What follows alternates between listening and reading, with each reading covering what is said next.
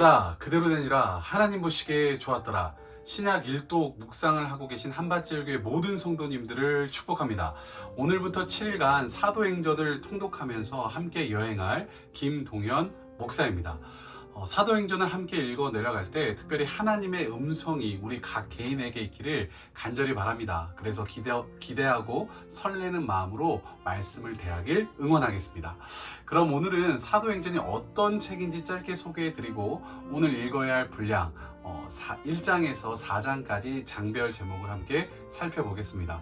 그리고 제가 1장부터 4장까지 묵상하면서 우리 성도님들과 함께 나누고픈 묵상한 내용을 짧게 나누고 기도 제목으로 마무리하도록 하겠습니다. 사도행전의 저자는 누가복음의 저자와 동일한 누가입니다. 사도행전을 읽다 보면 어느 부분에서 인칭이 변하는 것을 발견하게 됩니다. 3인칭으로 전개되다가 우리라는 1인칭으로 바뀌게 되는데 이것은 저자인 누가가 사도 바울의 선교 여행에 직접 참여했다라는 것을 우리에게 알려주는 것입니다. 누가는 사형 집행을 앞둔 사도 바울의 곁을 끝까지 지켰습니다. 그리고 사도행전을 자세히 기록으로 남기려고 했습니다. 그것은 사도행전이요, 기독교 중심이 유대인에서 예루살렘, 그러니까 유대인과 예루살렘에서 이방인과 로마, 이방 세계로 중심이 옮겨지는 것을 보여주려고 했습니다. 그리고 이것이 성령의 주도적인 역사와 인도하심 가운데 복음이 전파됨을 우리에게 보여주는 것입니다. 어떠한 저항과 핍박에도 점점 성장하고 확산하는 교회를 통해서 하나님의 계획은 실패하지 않으며 이 땅에서 교회는 지속적으로 성장할 것을 확신하게 합니다. 그리고 성령의 주도적인 역사를 통해서 이것이 가능케 합니다. 이것은 사도행전을 읽으면 읽을수록 암울한 현실 속에서도 교회가 소망이며 희망임을 발견하게 되는 것입니다. 사도행전에서 핵심 구절은 오직 성령이 너에게 임하시면 너희가 권능을 받고 예루살렘과 온 유대와 사마리아와 땅끝까지 이르러 내 증인이 되리라 하시니라. 사도행전 1장 8절 말씀으로 이것이 사도행전의 핵심이라고 할 수 있습니다. 이 말씀을 근거로 성령 충만함을 받은 제자들이 예수 그리스도의 증인이 되어서요, 땅끝까지 복음을 전파하며 복음의 지경이 확장되는 것을 보여줍니다. 이것은 성령의 주권과 간섭하심에 따라 어떠한 박해와 회방이 있어도 복음 사역은 지속적으로 성공함을 우리에게 보여줍니다. 사도행전의 특징은요, 결론이 맺어지지 않는 상태에서 급격하게 끝난다라는 거예요. 사도 바울이 2년 동안 로마 감옥에 갇힌 채 황제 가이사 앞에서 재판을 받기를 기다리는 모습이 마지막 장면입니다. 누가는 사도 바울이 그 후에 어떻게 되었는지에 대해서는 전혀 설명하고 있지 않습니다. 그리고 제대로 끝맺음을 하지 않고 급하게 마무리를 하고 있어요. 왜 그런 것이냐? 사도행전은 성령행전이라는 성령행전이라고 불립니다. 이것은 성령의 역사가 계속해서 그리고 지속되며 이것을 믿고 도전하는 이들을 통해서 이 시대에도 사도행전은 계속된다라는 것이죠. 그러기에 우리 모두는요, 사도행전 29장을 계속해서 써 내려가야 합니다. 사도행전을 우리가 읽잖아요. 오늘부터 읽어 내려갈 때 나만의 사도행전 그리고 성령의 역사를 써 내려가길 축복합니다. 사도행전 단락을 좀 보도록 하겠습니다. 사도행전 단락은 총 3단락으로 구분이 됩니다. 첫 번째는 교회의 형성기, 그리고 두 번째는 교회의 변형기, 그리고 세 번째는 교회의 확장기입니다. 그리고 오늘 우리가 함께 통독할 사도행전 1장부터 4장까지의 장별 제목을 한번 살펴보도록 하겠습니다. 사도행전 1장과 2장과 3장과 4장의 장별 제목은, 내용은 이렇게 됩니다.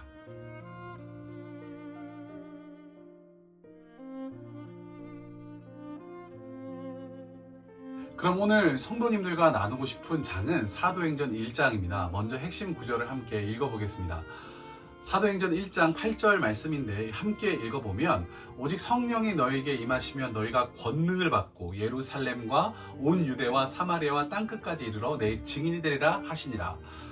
부활하신 예수님께서 약 40일간 제자들에게 나타나시면서요, 그의 십자가와 부활 그리고 구속 사건으로 인해서 하나님의 나라, 새로운 시대가 열렸잖아요. 그 새롭게 열린 시대를 가르쳐 주십니다. 그리고 예수님은 승천하시기 직전에 제자들을 불러서요, 마지막 당부의 말씀을 하세요. 4절부터 8절까지의 말씀을 보면 예수님은 제자들이 예루살렘을 떠나지 말고 아버지께서 약속하신 성령 세례를 받을 때까지 이곳에서 기다려라 라고 얘기하십니다. 그러나 제자들의 관심은 어디에 있었냐? 새로운 하나님 나라에 있는 것이 아니라 유대 백성들, 육적 이스라엘, 바로 내가 살고 있는 눈에 보여지는 이 땅에 관심을 가지고 있었습니다.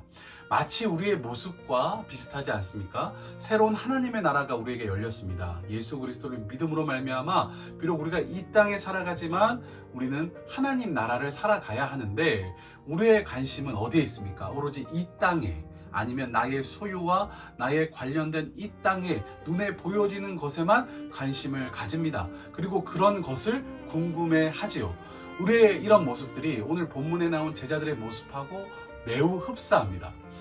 오로지 자신의 나라, 자신의 일에만 관심을 가지고 있는 그들에게 예수님은요, 충격적인 말씀을 하십니다. 그것은 세상 끝까지 복음을 들고 가야 한다라는 거예요. 이것은 그들이 성령을 받으면 권능을 받아 예루살렘과 온 유대만 아니라 사마리아와 땅끝까지 증인이 돼야 한다라는 거예요. 여기서 사마리아와 땅끝은 그들이 꿈속에서라도 상상하지 못했던 선교 지역입니다. 사도행전은요, 오순절 성령 강림의 역사로 예수님의 복음이 예루살렘에서 시작해서 땅끝까지 확장되는 것을 기록하고 있습니다. 28장에서 보면 예수님은 강력한 복음 증거자였던 사도 바울이 마침내 도착한 곳이 로마였어요. 그런데 로마도 땅끝은 아니었죠. 로마는 단지 땅끝으로 가는 교두보 역할을 하는 곳이었습니다. 사도행전은 복음이 한 종족의 경계를 넘을 때마다 성령 하나님께서 강력하게 개입하시는 것을 보여줍니다. 그러니까 복음이 확장되는 것은요, 결국 성령 하나님의 역사라는 거죠. 이것은 유대인에게서 사마리아인에게, 그리고 유대인에서 이방인에게 넘어갈 때마다 성령 하나님의 역사심이 구체적으로 나타나게 됩니다. 사도행전을 읽어 내려가면 복음으로 하나님의 자녀가 된 인생은 다른 말로 얘기해서요, 증인의 삶이 되어야 한다라고 우리에게 가르쳐주고 있습니다.